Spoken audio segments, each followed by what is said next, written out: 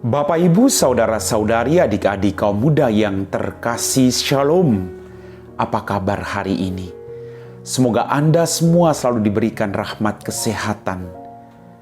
Kembali hari ini saya mengajak Anda untuk mendengarkan dan merenungkan firman Tuhan.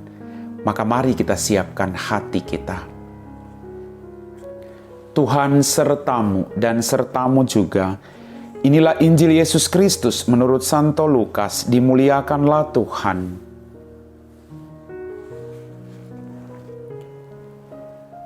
Theophilus yang mulia, banyak orang telah berusaha menyusun suatu berita tentang peristiwa-peristiwa yang telah terjadi di antara kita, seperti yang disampaikan kepada kita oleh saudara-saudara yang dari semula adalah saksi mata dan pelayan firman. Karena itu, setelah menyelidiki segala peristiwa itu dengan saksama dari awal mulanya, aku mengambil keputusan untuk membukukannya dengan teratur bagimu. Dengan demikian engkau dapat mengetahui bahwa segala sesuatu yang diajarkan kepadamu sungguh benar. Sesudah dicobai iblis di padang gurun dalam kuasa roh, kembalilah Yesus ke Galilea, dan tersiarlah kabar tentang dia di seluruh daerah itu. Selama di situ, ia mengajar di rumah-rumah ibadat dan semua orang memuji dia. Lalu Yesus datang ke Nazaret tempat ia dibesarkan, dan menurut kebiasaannya pada hari Sabat ia masuk ke rumah ibadat, lalu berdiri hendak membaca dari Alkitab. Kepadanya diberikan kitab Nabi Yesaya, dan setelah membukanya ia menemukan nas di mana ada tertulis, "Roh Tuhan ada padaku, oleh sebab Ia telah mengurapi aku untuk menyampaikan kabar baik kepada orang-orang miskin, dan Ia telah mengutus aku untuk memberitakan pembebasan kepada orang-orang tawanan dan penglihatan bagi orang-orang buta, untuk membebaskan orang-orang yang tertindas, untuk memberitakan bahwa tahun rahmat Tuhan telah datang." Kemudian Yesus menutup kitab itu, mengembalikannya kepada pejabat lalu duduk, dan mata semua orang dalam rumah ibadat itu tertuju kepadanya. Lalu Yesus mulai mengajar mereka, katanya, "Pada hari ini genaplah nas tadi sewaktu kamu mendengarnya." Demikianlah sabda Tuhan. Bapak, Ibu, Saudara-saudari, adik-adik kaum muda yang terkasih, Yesus pada Injil hari ini mengajak kita untuk sungguh-sungguh sadar bahwa Roh Kudus senantiasa menolong kita. Dalam setiap kesaksian, sangat penting bagi kita untuk terus memupuk satu kesadaran akan hidup kita yang memiliki arti penting untuk keselamatan banyak orang. Tuhan memakai kita untuk keselamatan banyak orang. Mungkin ada yang memberi pujian kepada kita. Pujian itu hal yang baik sejauh kita mau menerima dengan hati yang terbuka.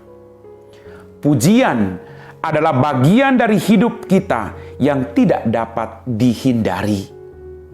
Bapak, Ibu, Saudara-saudari, adik-adik kaum muda yang terkasih, kita boleh menerima pujian dan hal itu memang normal.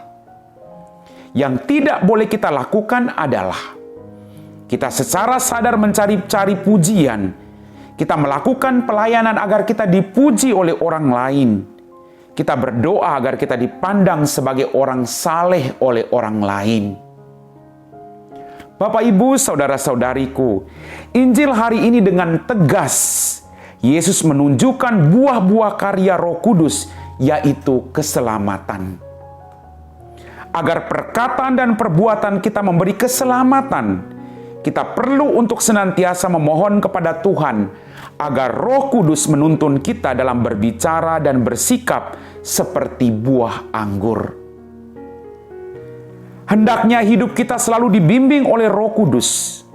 Bagi kita, Roh Kudus itu seperti buah anggur dalam diri kita. Kita dapat merasakan manis buah anggur yang menyatu di dalam tubuh kita. Roh Kudus membuat hidup kita terasa enak, baik, dan dicari orang lain. Bapak, Ibu, Saudara-saudari, adik-adik kaum muda yang terkasih, Kita memang tidak mengharapkan kekaguman dan segala bentuk pujian dari orang lain. Karya pewartaan kita seharusnya hidup dan bertumbuh sejalan dengan karya Roh Kudus. Kita menerima banyak anugerah dari Tuhan, pertama-tama karena Ia murah hati dan berbelas kasih bagi kita. Kita perlu sadar bahwa segala sesuatu yang kita miliki itu bukan untuk kepentingan diri kita sendiri. Kemampuan yang luar biasa adalah milik Tuhan. Namun seringkali terjadi dalam hidup kita, muncul sikap kesombongan yang membuat kita lupa akan segala sesuatu. Kita menjadi tamak, rakus, dan tidak tahu diri. Bapak, Ibu, saudara-saudariku yang terkasih, pada minggu ke-6 pekan doa sedunia ini, marilah kita bersama-sama berdoa memohon karunia Roh Kudus.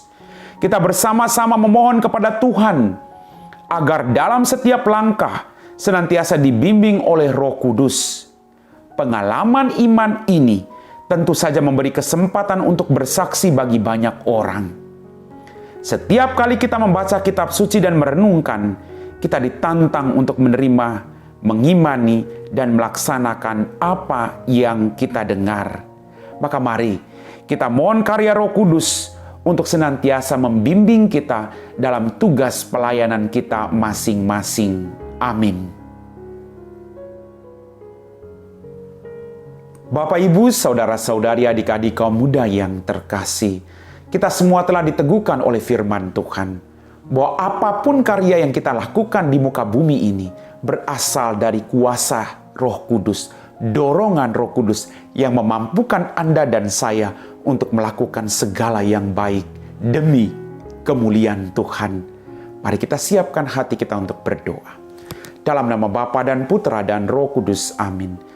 Ya Tuhan Allah Bapa kami dalam kerajaan surga, terima kasih atas rahmat kehidupan berkat berlimpah yang masih Engkau berikan kepada kami. Ampuni semua dosa-dosa kami. Ampuni kami yang sering jatuh ke dalam salah dan dosa yang sama.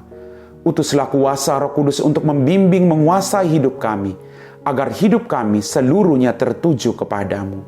Berkatilah orang-orang sakit, orang-orang yang sedang menderita saat ini, agar mereka pun boleh melihat kemuliaan-Mu.